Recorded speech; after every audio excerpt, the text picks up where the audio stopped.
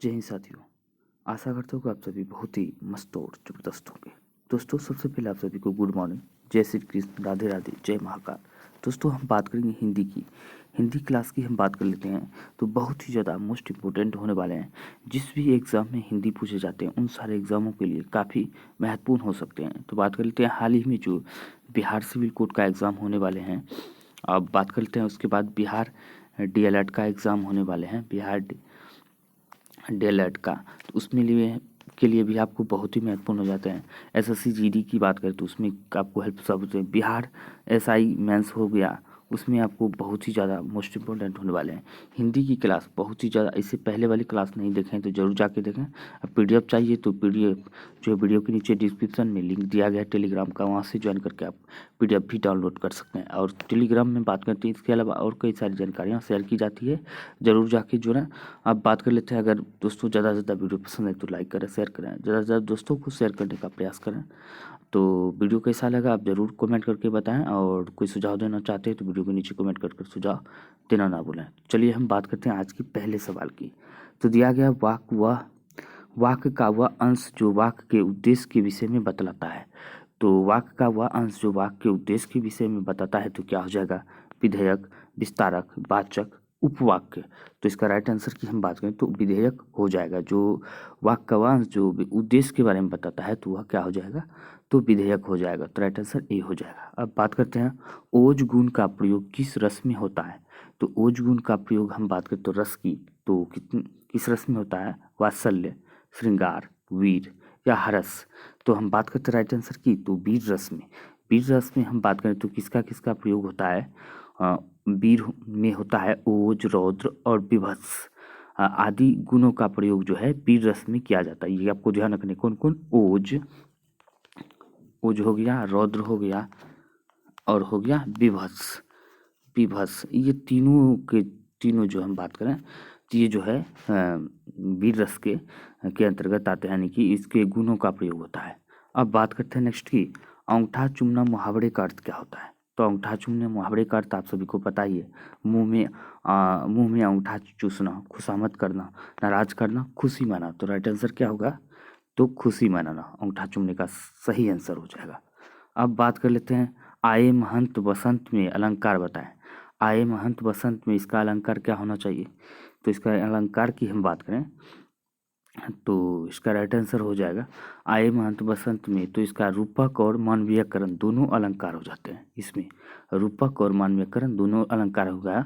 और यहाँ बात करते हैं प्रकृति का मानवीयकरण किया किया है गया है, अतः मतलब प्रकृति का जो है मानवीयकरण किया गया, अतः इसमें मानवीयकरण अलंकार, यानी कि इसका राइट आंसर ए हो जाएगा।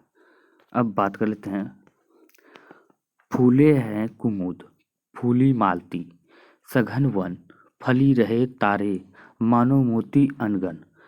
तो इस पंक्ति में आपको कौन सा अलंकार है, इसका सही आंसर बताना है। तो क्या है सवाल? फूले हैं कुमुद, फूली मालती, सघन वन, फली रहे तारे, मानो मोती अनगन। तो इसमें जो है कौन सा अलंकार है, तो कौन सा होगा? उत्प्रेक्षा, रूपक, विभावना, श्लेष। तो इसका राइट आंसर की हम बात करें तो क्या हो जाएगा? राट के वर्त उत्प्रेक्षा, यानी कि ए इसका राइट आंसर हो जाएगा। उत्प्रेक्षा अलंकार इसमें है। अब बात करते हैं स्वर के साथ मिलने वाले जो विकार उत्पन्न होता है उसे कहते हैं। स्वर के साथ मिलने वाले जो विकार उत्पन्न होता है उसे क्या कहते हैं? स्वर संधि। कैसे? इसका स्वर संधि का उदाहरण हम बात करते हैं। अ धन अ बराबर क्या होगा? आ। तो क्या होगा? ये हो गया स्वर संधि, ये आपको ध्यान रखना है। अब बात करते हैं सीता की छोटी बहन, सीता की छोटी बहन रीता कल आई थी। यानी कि ये जो लाइनें दी गई, अंडरलाइन की गई है, इसमें रेखांकित शब्द में कौन सा पदबंध है ये आपको बताना है। तो जिसमें अंडरलाइन है तो इसमें पदबंध आपको बताना है। तो क्या हो जाएगा? तो इसका राइट आंसर संज्ञा पदबंध है। क्या है? सीता की छोटी बहन रीता कल आई थी, इसमें क्या है? संज्ञा पदबंध है। ये आपको ध्यान रखना है। अब बात कर लेते हैं नेक्स्ट की, आपकी यह किताब कहाँ है जो आप कल लाए थे। इस वाक्य का उदाहरण है। तो आपकी यह किताब कहाँ है जो कल लाए थे, तो इसमें क्या मतलब कौन सा जो है उदाहरण है, किसकी उदाहरण है? सरल वाक्य, मिश्र वाक्य, संयुक्त वाक्य। तो हम बात कर लेते हैं, यह जो मिश्र वाक्य का उदाहरण है क्या हो जाएगा? मिश्र वाक्य। राइट आंसर बी हो जाएगा। अब बात करते हैं नेक्स्ट की, किसी को बहुत देर तक सोया हुआ देखकर यह कहना है कि सूरज निकल गया। सूरज निकलने से यदि बिछावन छोड़ने का अर्थ निकलता है तो यह अर्थ है। तो क्या हो जाएगा? तो इसका अर्थ की हम बात करें तो इसका राइट आंसर क्या हो जाएगा?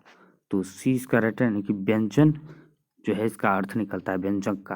यानी कि कोई कोई आदमी देखते हो कि 8-9 बजे तक सोए रहता है, तो उसको यही कहना है, किसी आदमी को बहुत देर तक सोया हुआ देखकर यह कहना है कि सूरज निकल गया। सूरज निकलने से यदि बिछावन छोड़ने का अर्थ निकलता है तो क्या हो जाएगा? व्यंजक अर्थ होता है। तो राइट आंसर सी हो जाएगा।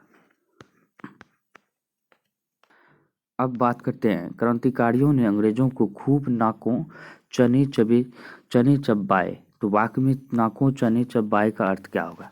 तो आप सभी को भी पता होगा, बहुत परेशान करना, बहुत चना खिलाना, भगाना, मार देना। तो राइट आंसर क्या हो जाएगा?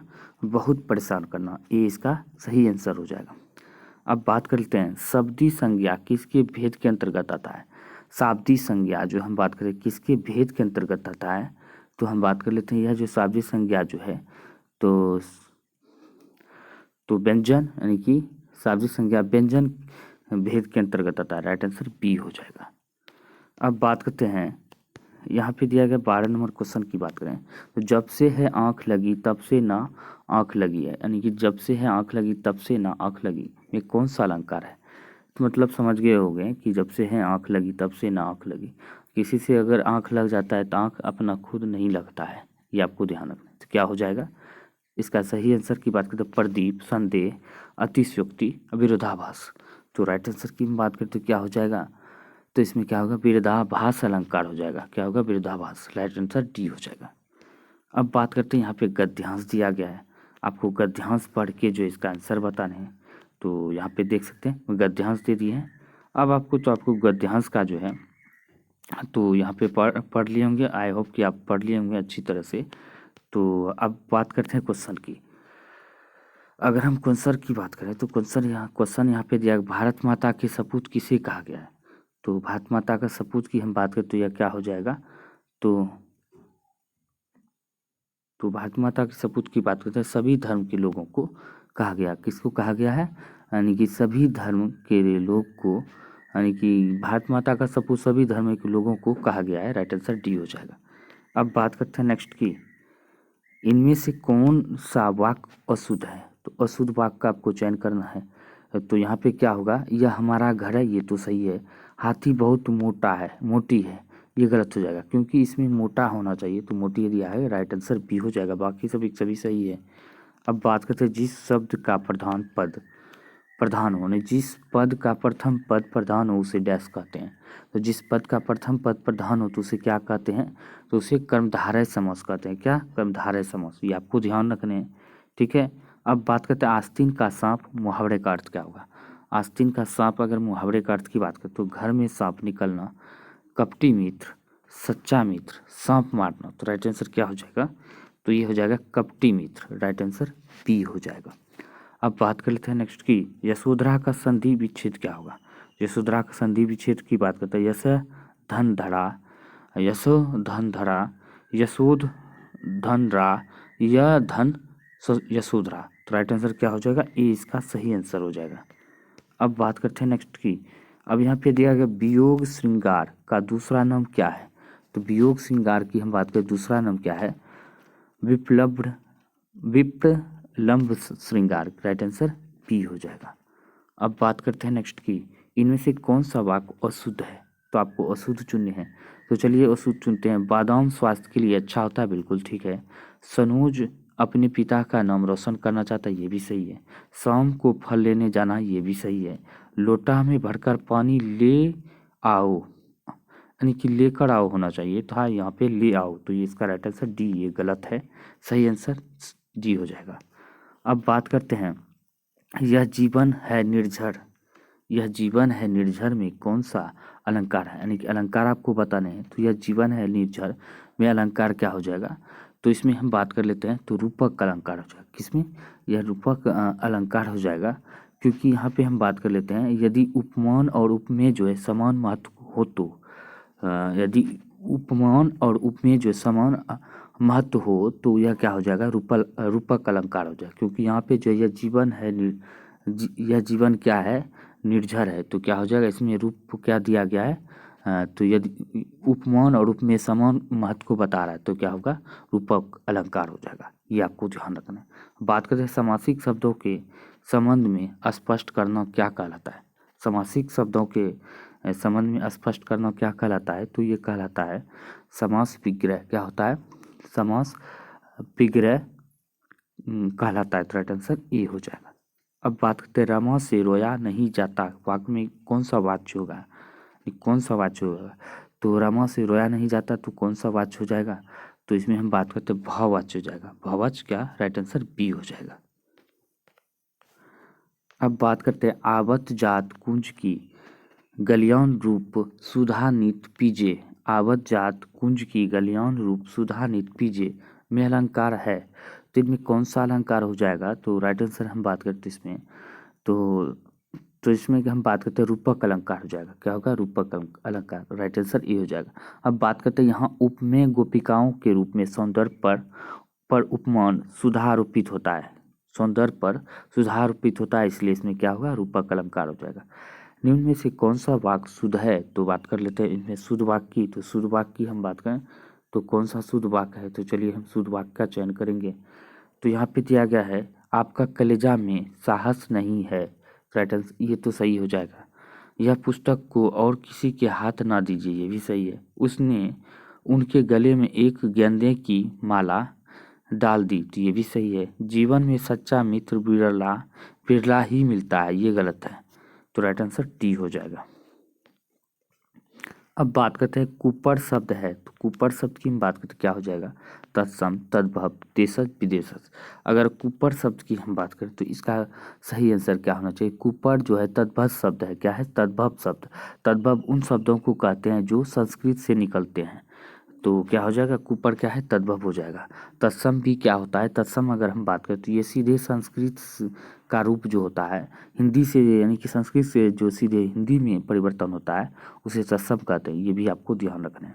अब बात कर लेते हैं नेक्स्ट की, निम्नलिखित पंक्ति में कौन सा वर्णिक छंद है, पूछे बिन, क्या है छंद आपको चुनने हैं। तो पंक्ति दिया गया, पूछे बिन कऊ कहूँ काहू सो ना बात करे हैं, देवता से बैठे सब साधी साधी मौन है। देवता से बैठे सब साधी साधी मौन है, तो इसमें क्या हो जाएगा इस पंक्ति में, तो इस पंक्ति में बात करें तो इसमें इस पंक्ति में दिया गया है चौपाई छंद। क्या है, चौपाई छंद का प्रयोग हुआ है। तो प्रत्येक मतलब बात करते प्रत्येक चरण में है मात्राएं होती है, तो इसमें क्या हो जाएगा, प्रत्येक चरण में जो है 16 मतलब प्रत्येक चरण में 16 मात्राएं होते हैं, तो इसमें क्या होगा, चौपाई छंद का प्रयोग किया गया, तो राइट आंसर बी हो जाएगा। अब बात करते हैं छिदी धातु का शाब्दिक अर्थ क्या होता है। छिदी धातु का शाब्दिक अर्थ की हम बात करें तो क्या होना चाहिए, तो इसका छिदी धातु का शाब्दिक अर्थ होता है ढकना, आच्छादित करना। ढकना और आच्छादित करना, तो राइट आंसर सी यानी कि ए और बी दोनों हो जाएगा। अब बात करते हैं उसी तपस्वी से लंबे थे देवदार तो वो चार खड़े। उसी तपस्वी से लंबे थे देवदार दो चार खड़े में कौन सा अलंकार हो जाएगा। तो अलंकार की हम बात करें तो ये कौन सा अलंकार होगा, तो प्रतीप, दीपक, श्लेष, यमन। तो हम राइट आंसर की हम बात करें तो इसमें क्या हो जाएगा, प्रतीक अलंकार, यानी कि राइट आंसर ए हो जाएगा। अब बात करते हैं नेक्स्ट की, तो यहाँ पे दिया गया है, अब बात करते हैं मन जीते मन हार कर, मन हारे मन जीत, शकील अनूठी रीत है फिर भी करते प्रीत। इस पंक्ति में कौन सा अलंकार है, तो बात कर लेते हैं मन जीते मन हार कर, मन हारे मन जीत, शकील अनूठी रीत है फिर भी करते प्रीत। इस पंक्ति में कौन सा अलंकार हो जाएगा, तो इसमें बात करते हैं अलंकार की, तो यहाँ पे दिया गया तीसरी पंक्ति में क्या होता है, इसमें विरोध का प्रयोग हो रहा है, यानी कि मन जीते मन हार कर, मन हारे मन जीत। तो क्या होगा, इसमें जो है जो विरोध का विरोधाभास का जो है अलंकार का प्रयोग हो रहा है, क्योंकि पंक्ति में जो विरोध का जो है पंक्ति में विरोध का जो है आभास हो रहा है, तो ये क्या हो गया, विरोधाभास, यानी कि राइट आंसर 20 का सही आंसर हो जाएगा।